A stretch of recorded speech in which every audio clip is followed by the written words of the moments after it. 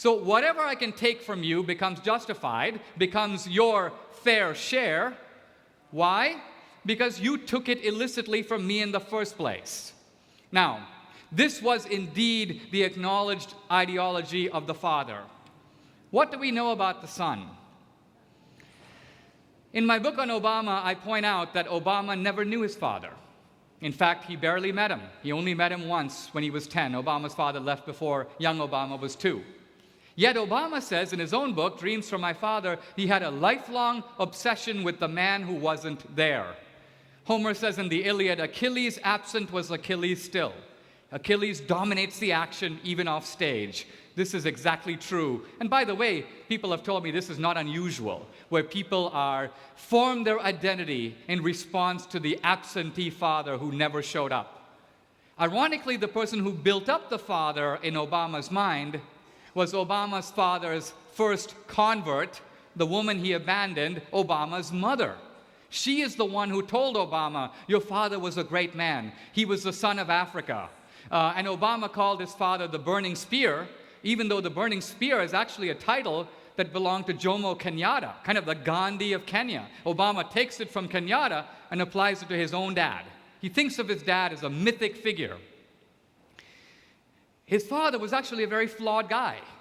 He was a polygamist who had 4 wives and 8 children, never looked after any of them. He was a chronic drunk driver. He had multiple accidents. He killed a man in one of them. In another, he had such a bad accident, both his legs had to be amputated and were replaced by iron rods. Eventually, he died because he got drunk in a bar in Nairobi and drove straight into a tree. So he was a very flawed guy. But ultimately, Obama revered him because he said, flawed man though he was, he stood for a great idea. The idea of liberation from anti-colonial rule. So Obama says, I formed my identity, not just my values, who I was, by patterning it after my dad. And I quote in my book 30 or 40 quotations where Obama says, it was from my father, the black man of Africa, that I derived my whole sense of self. It was out of my desire to win my father's love, which I never got, that I do most of the things I do. And there's a great scene in the book where Obama goes to his father's grave and he weeps and he says he's trying to kind of get his father out of the grave, but he can't. He's gone. So Obama says, I rubbed my hand into the earth, and through the earth I kind of communed with my father. Basically what Obama says is, I don't have my father, so I'm going to take his vision. I don't have my father's body, I'm going to take his dream. And where my father failed, I will succeed. I will implement the dream. Now, here's the interesting question.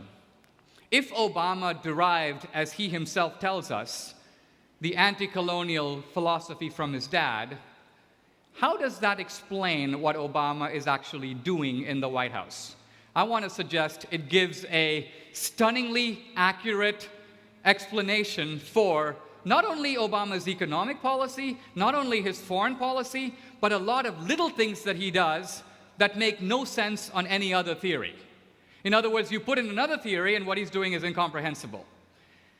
But you plug in the anti-colonial theory and it makes complete sense. Let me give you a small example of what I mean. A few months ago, the head of the space agency NASA, Charles Bolden, gave a speech in which he said, we are changing the mission of NASA. Our mission from now on is not so much to go to Mars or go to faraway planets. It is to build relationships with the Muslim world and also to cultivate better ties with countries like India and China. We want to have an international, not an American, space agency. And a lot of people in the space program, forget about the Obama's critics, said, this is weird. Neil Armstrong, the first man to walk on the moon, John Glenn, the former astronaut, said, NASA is for space exploration. Why are we redefining its mission? So Bolden was asked, why are you redefining the mission? And Bolden said, it's not my idea. I got it from the president. The president told me that this should be the focus of NASA.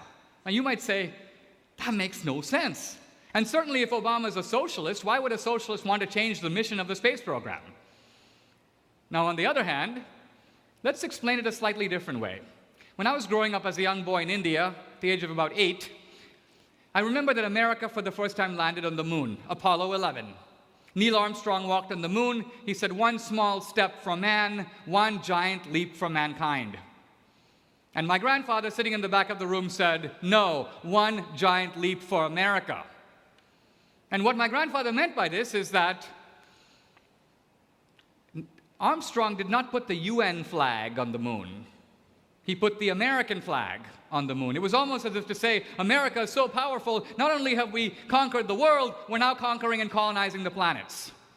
America owns the moon. So from a certain point of view, the space program is a symbol of American arrogance, of America trying to take over everything. And from that point of view, it makes complete sense to say, look, let's tame this rogue elephant. Let's reshape NASA. Let's make sure all the other countries get involved and share the credit. It's not an American thing, it's a human thing. Consider the Ground Zero Mosque or the Lockerbie release. If you follow the trial of Abd al-Megrahi, he said in his trial, America is currently occupying two countries, Afghanistan, Iraq. America is a colonial power. I am striking out as a Muslim against the American occupier. So from the anti-colonial point of view, it is America that is the villain, and it is the radical Muslims who are striking back against American imperialism. I'm not saying Obama would support the blowing up of the Pan Am, no, but I'm saying he does see in the Megrahi a fellow resistor of Western and American neo-colonialism. And that would help to explain why he says, okay, if the guy's sick, let him go. The Ground Zero Mosque makes sense in this context. Why? Because Ground Zero is the event, tragic though it was, that unleashed the American rogue elephant. See, America's been a superpower since World War II. But for about 40 years, America's superpowerdom was blocked by the Soviet Union, the Cold War. It wasn't until the Berlin Wall came down that America became the sole superpower. And it wasn't until 9/11 that the superpower, you might say, was activated, when American power began to actually be felt. So in a sense, from the anti-colonial point of view, it is very important to go back to September 10th, because September 10th cancels out the unleashing of the American rogue elephant. I'll give one more example. Obama held a nuclear summit not long ago, in which he announced that America and Russia were going to make steep cuts in their nuclear arsenals. Massive mutual reductions. By the way, the Russian reduction is meaningless because the Russian arsenal is mostly in mothballs anyway. So this was kind of like America cutting our own arsenal. Now, a lot of people, a lot of conservatives writing about this went, Obama is a complete fool, because Obama thinks that if America cuts our nuclear arsenal, this will inspire and motivate the North Koreans and the Iranians to do the same. True, if somebody actually thought that, they would be a complete idiot. But what if Obama wasn't thinking that? What if Obama had a different point of view? What if Obama, in anti-colonial fashion, said, when I look at the Middle East, I see some Jewish bombs, no one knows how many. I see some Christian bombs, a lot, and I don't see any Muslim bombs. So why should I spend all my time worrying about whether the Iranians are trying to go from 0 to 1 when we've got the most, and we're the only guys who've dropped the bomb?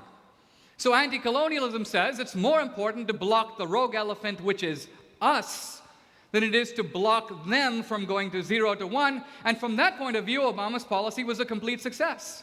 He achieved exactly what he set out to achieve, which is not to influence Iran at all, but to block America from having so big a nuclear arsenal as we do. I could go on like this, and once you get me started, I may be hard to stop. Pastor Joe may be pulling me off the podium. But let me say that to me, the real power of this anti-colonial theory, odd though it seems, is that it not only enables us to explain Obama, but it enables us to predict what he's going to do. It has enormous predictive power.